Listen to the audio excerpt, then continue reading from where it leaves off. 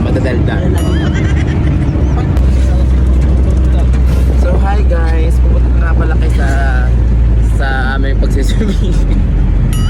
Kung iyo igay ang ano lang, Adidas, akin, Agnas na. Donya ng atake. Ang init na rin sa ulo. Pati ng anit ko. Gusto ko ang traffic niya. Siguro na yung bago mag-alas 12 ng gabi, inandun kami. Oo. Yan guys, naipit kami sa traffic, naabutan kami ng traffic dahil dapat naman kami madaling araw aalis. Yung isa dyan, Wow! laging late. Akala mo kung sinong anak ng presidente ng Pilipinas. Ano? Ang tagal namin naghantay. Hindi ha, sobrang bilis nagsaing pa kaya kami. Hindi pala ito hinango ko, nilagay ko na sa plastic labo. Sa Southland na daw pagpapatuloy yung pag-intain. Alam na naglalaba kanina madaling araw at walang tubig pag araw Sana bibit-bitin ko pati washing it, doon ako maglalaba sa Southwind.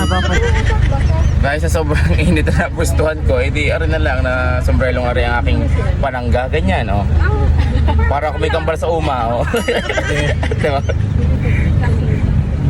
Naka beach hat Dasha sa kalamba. Naka beach hat lang das. Wala ba kayo shades dyan? Hindi, manin 600 lang naman ang ambag. Wala pa dalang ulam.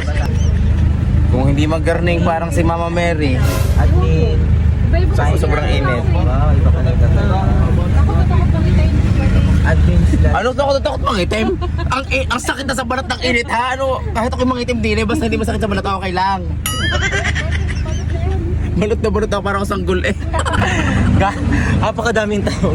Sobrang daming tao guys, baka uuwi na lang kami at magbe-20-20 lang kami sa ilog. Hindi na yung dala kong bag. Ang ganda Karating na kami dito. Hi! Ay, bubuksan pala kaya hindi pa buksan ako na hindi nagbibidyo. Ay siya, maiipit pa ang mukha ko.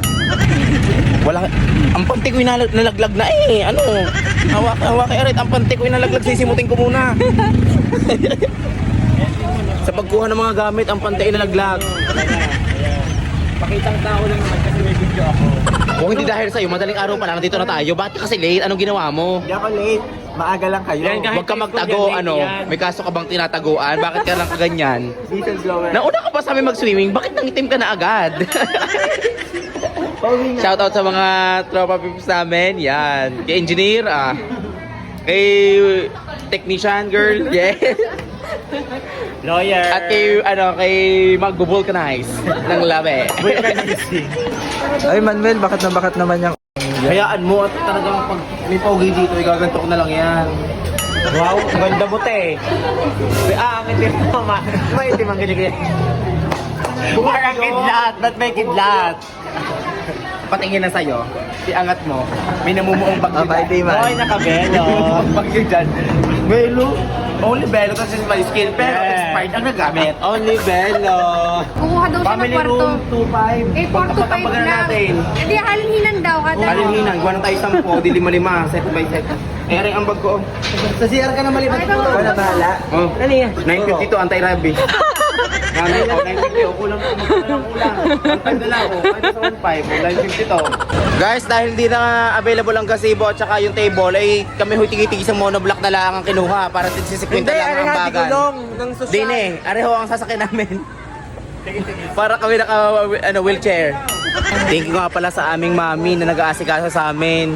Basta kami lalangoy na lang ngayon. Ang tagal naman ang paano ng aming gamit. Kami departure na. Galing Abu Dhabi nga pala yan guys. Galing Abu Dhabi.